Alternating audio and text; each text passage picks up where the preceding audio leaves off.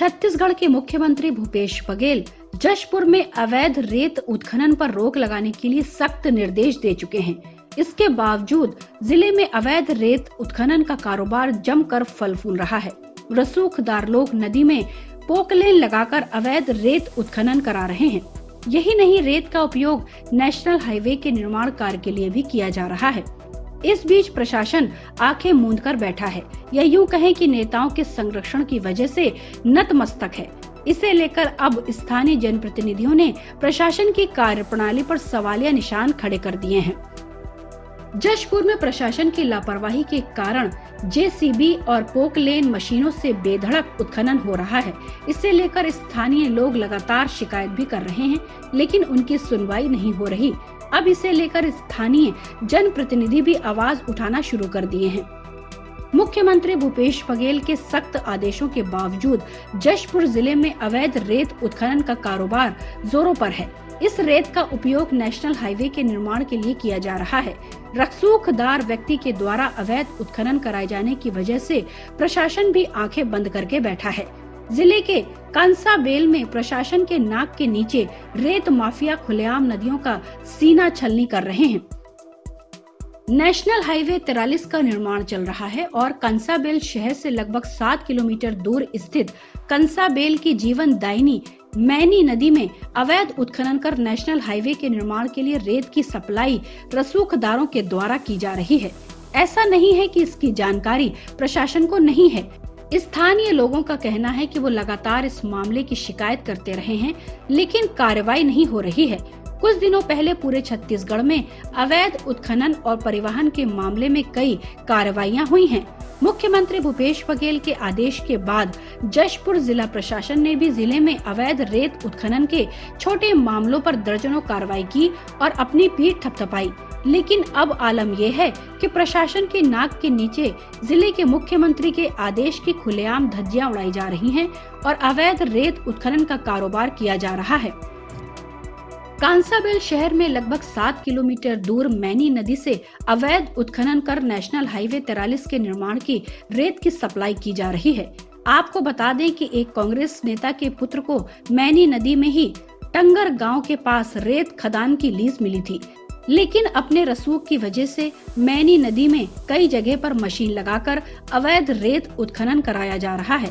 अभी ग्राम पंचायत लमडंड में मैनी नदी में मशीन लगाकर रोज दर्जनों ट्रिप हाइवा से रेत निकाली जा रही है।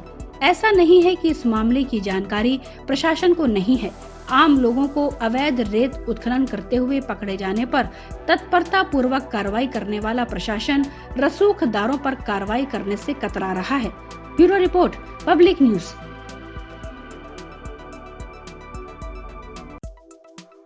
बेरोजगारी के मुद्दे पर छत्तीसगढ़ के मुख्यमंत्री भूपेश बघेल ने प्रधानमंत्री नरेंद्र मोदी पर जोरदार हमला बोला है। सीएम भूपेश बघेल बोले, मोदी जी से आग्रह है कि देश की बेरोजगारी कम करने के लिए देश हित में छत्तीसगढ़ कांग्रेस सरकार का मॉडल जरूर अपनाएं। मुख्यमंत्री ने कहा कि ग्रामीण अर्थव्यवस्था का मॉडल और बेहतर कार्य प्रबंधन से राज्य की बेरोजगारी दर घटी है।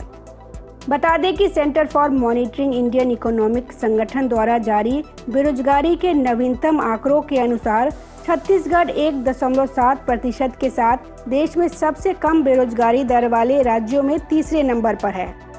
फरवरी 2022 की स्थिति में देश में सबसे कम बेरोजगारी दर ओडिशा में 1% है। वहीं सर्वाधिक बेरोजगारी दर राजस्थान में 32.3 और हरियाणा में 31% है। नवीनतम रिपोर्ट के अनुसार देश में बेरोजगारी दर 7.4% है। शहरी बेरोजगारी दर 8.1% और ग्रामीण बेरोजगारी दर 7.2% है। कांग्रेस सरकार के मुताबिक छत्तीसगढ़ ने समावेशी विकास का लक्ष्य निर्धारित करते हुए 3 साल पहले महात्मा गांधी के ग्राम स्वराज्य की परिकल्पना के अनुरूप नया मॉडल अपनाया था। इसी मॉडल के तहत कांग्रेस सरकार द्वारा चलाई जा रही योजनाओं से ग्रामीण क्षेत्रों में रोजगार के नए अवसर सृजित हो रहे हैं। इससे छत्तीसगढ़ में बेरोजगारी दर में लगातार गिरावट आ रही है। कोरोना वायरस संक्रमण की पहली और दूसरी लहर के दौरान भी देशव्यापी आर्थिक मंदी से छत्तीसगढ़ की अर्थव्यवस्था अछूती रही। तब भी छत्तीसगढ़ में बेरोजगारी दर पूरी तरह नियंत्रित रही।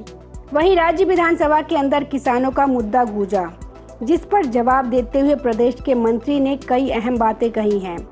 सत्ता पक्ष ने इसका जवाब देते हुए कहा कि साल 2019 से 2022 के बीच प्रदेश के कुल 570 किसानों ने आत्महत्या की है। किसानों की आत्महत्या के कारणों और मुआवजा को लेकर सत्ता पक्ष को घेरते हुए विपक्ष ने जमकर हंगामा किया। भाजपा विधायक कृष्णमूर्ति बांधी ने किसानों की आत्महत्या का मामला उठाया, जिस पर मंत्री ताम्रध्वज साहू ने जानकारी देते हुए कहा कि जनवरी 2019 से 12 फरवरी 22 तक कुल 570 किसानों ने आत्महत्या की है। इनमें से 2 लोगों ने कृषिगत कारणों से और बाकी सभी ने अन्य कारणों से खुदकुशी की है।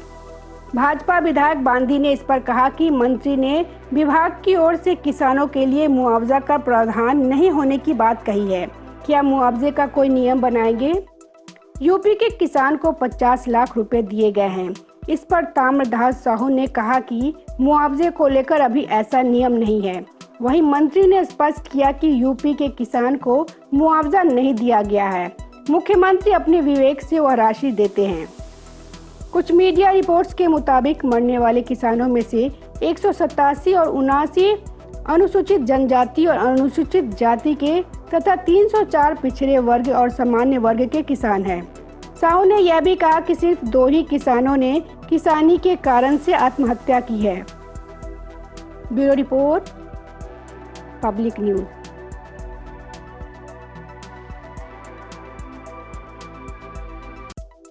पंजाब समेत 5 राज्यों में कांग्रेस की चुनावी हार हुई।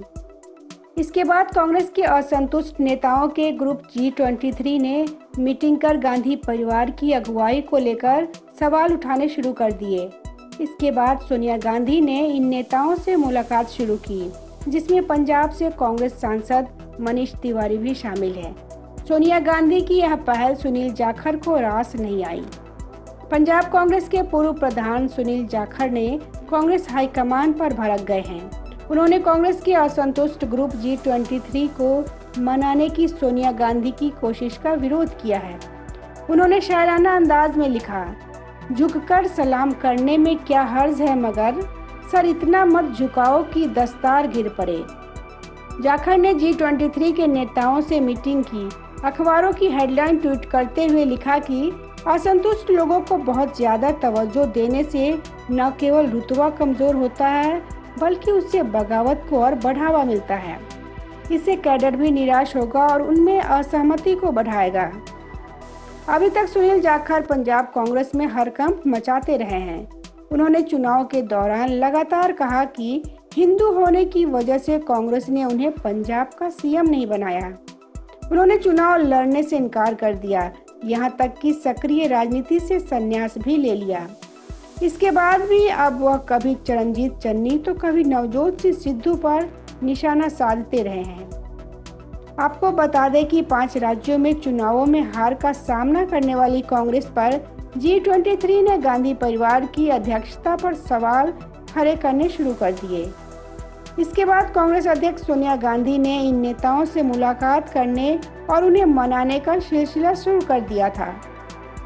Bureau report, public news.